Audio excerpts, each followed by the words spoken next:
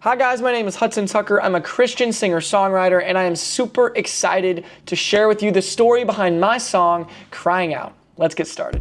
Now, there are two parts of this video. One, the context from which I wrote the song. This is where I was, what I was feeling. And two, the lyrics and Bible. This is where I walk through the lyrics of the song, talk about what they mean to me, and the biblical inspiration behind the song. Now, pause. Real quick, if you have not hit subscribe, go ahead and do that. This helps me immensely to help make more videos like this, supports my music. And at the very end of this video, I have a super special announcement that I'm really excited about. So watch it all the way through, and I hope you enjoy. Context. Okay, so I wrote this song in the summer of 2023, which was during my youth internship at a church. And I don't remember exactly if there were specific circumstances that provoked the writing of this song, but I do remember how I was feeling. And really, I was just feeling sad and honestly kind of lonely. And I know I was weighed down by the weight of all of these feelings. And it's like 1 a.m. at this point, and so I grab my guitar and I go to the back porch because I don't want to wake anyone up. And I knew I just needed to get these emotions out in some way. And music is usually that outlet for me. So it's 1 a.m., it's dark outside, and I start playing my guitar, and I really feel like yelling at God. I'm like, God, why do I feel this way? I feel weighed down by the magnitude of my own emotions. And so I just started singing. And in 10 minutes flat, I wrote the first half of this song. Right? Because I was just pouring out what I was feeling in the moment. I mean, I was just singing like, God, do you hear me? God, do you hear me crying out? And as I was praying and singing, I felt God's presence rest on me. And I kept singing, and this might sound strange to you, but I felt that it was God speaking to me through my own lips. And I want to be very clear here. I don't think it was God literally speaking through me, but I do know that His Holy Spirit comforted me. And these are the words that came out. I hear you crying out. And I felt valued and I felt heard. And my song, Crying Out, was born. Now, let's jump into the lyrics of this song. This song is divided into two parts. The first half of the song is a lament. A lament is a passionate expression of grief or sorrow. And here are some examples of laments in Psalms. Psalms 13, Psalms 88 are amazing, amazing laments in Psalms. And the first half of the song says, God, I am hurting, I am broken. And the second half is God's compassionate response. And it starts off like this. I'm crying out, coming up empty. I'm starting to feel all of this weight, and it's so heavy. There's nothing but chaos inside me. My faith is but starting to fade. When did I start changing? And this is really setting the scene of the intense burden that is weighing on the speaker or the person singing this song. I mean, his faith is fading, and he's just crying out to God. He's asking, why? Why do I feel this way? And the next part of the song is what I call the pre-chorus. It says, oh, I'm breaking. Oh, to pieces on the floor. Oh, I'm falling. Oh, do you hear me, Lord? And this is the biggest part of the song for a reason, right? It's big and it's loud because when we feel this way, oftentimes we just want to yell and cry out, and we doubt that God can even hear us. And so this feeling of anger and bitterness, it just rushes out, and it's loud. And it's big. And the next part of the chorus, or the next part is the chorus, and it goes like this. I'm crying out with a melody. My heart's so weak, I can barely breathe. Don't you see the weight on my shoulders? Don't you know my heart is burning? Every fear catches me in this moment, every pain telling me that I'm broken. I don't want to fight anymore. Oh God, I'm crying out. And in my mind, this is the intense sadness after the initial rush of anger, right? Like I can barely breathe. I don't want to fight anymore. Like this person just wants to give up. And you can actually hear it in this part of the song. It gets softer, and it's mainly just the vocal and the piano. And in verse 2, the song starts to ramp up a little bit. It says, I followed you right where you led me. I've listened again and again, but the tears keep falling. And I know in my heart that you're moving, affirming it every day. Why am I still doubting? And this part hits me deep because it's an accusation. You're accusing God. Like the speaker is accusing God in this moment. Like I did everything that you wanted from me, and yet I'm still so sad. Right? I'm doing what you want me to do. I'm just trying to follow you, but the tears keep falling. And I think we have this misconception that if we put God in our lives, then life will be easy. And that is just not true. Our lives are better with God, infinitely better. We have purpose and we have meaning, but life is still hard. And actually, God promises that it's going to be hard because following Christ and bearing our cross is harder than it is to live in the world.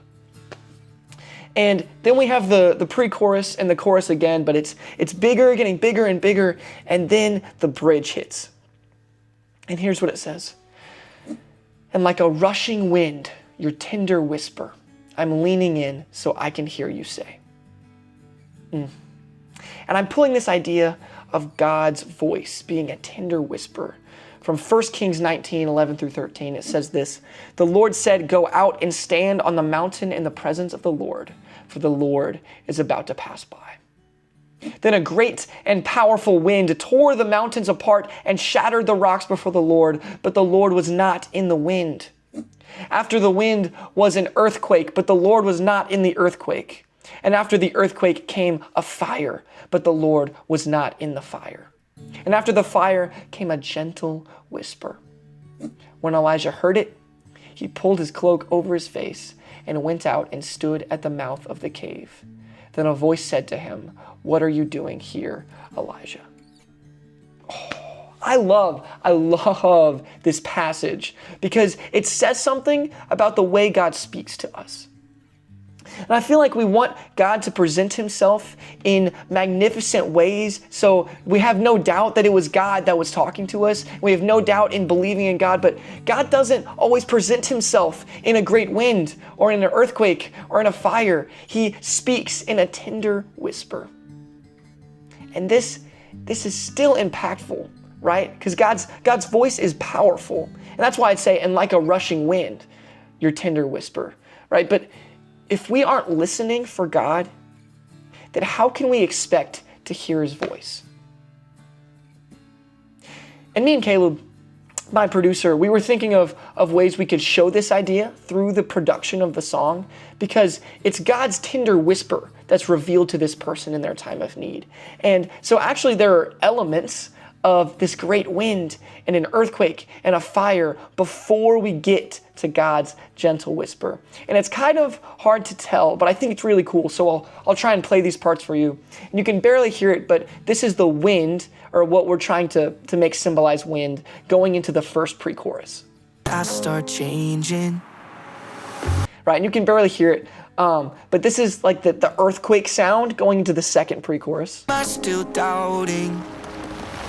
And the fire is the hardest to catch because it's going into the bridge before you hear this wind sound, which is symbolic of the force and power God's voice has. But here it is. Like a rushing wind. And after the bridge, God speaks back.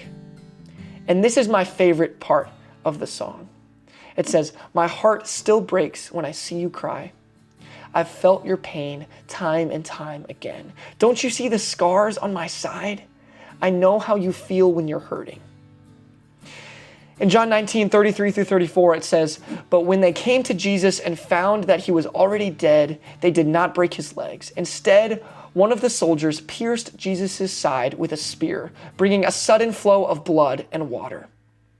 And later, when Jesus appears to his disciples after he comes back from the dead, it says in John 20:20, after he said this, he showed them his hands and side. The disciples were overjoyed when they saw the Lord. Jesus showed them his scars. And this is significant because he faced excruciating pain, bore our sin on a cross, and he felt the same pain as us that we feel every day, but infinitely worse. Of course, he knows how we feel when we're crying out to him. Not only is Jesus saying, I see you, he's also saying, yeah, I know how you feel, right? We believe in the kind of God that sees us and deeply knows the pain, the struggle, and hardship that we all go through because he went through it himself. That's the kind of God that we believe in. And the next lyrics say this: don't ever let all these feelings confuse you. Don't ever doubt that I am right here beside you. You don't have to fight this alone. I hear you. God is saying, I know you. I'm with you. I have felt what you are feeling, and don't you ever doubt that. You don't have to do this alone. You have me.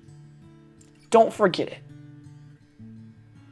And then for the rest of the song, the chorus plays again, but with the lyrics changed because it's through the perspective of Jesus. And he says, I hear you cry with the melody. I hear you weep. You can barely breathe. Let me put it all on my shoulders. Oh, I know your heart is burning. Let every fear come to me in this moment. Give every pain, every doubt that you're holding. You don't have to wait anymore. I hear you crying out. And this is a super important part of the song because earlier, the person crying out is wondering if God even hears him. And God now is saying, I hear you cry. I hear you weep. I know the condition of your heart. Give it all to me. I hear you. But God doesn't promise that living a life following him will be easy. It doesn't.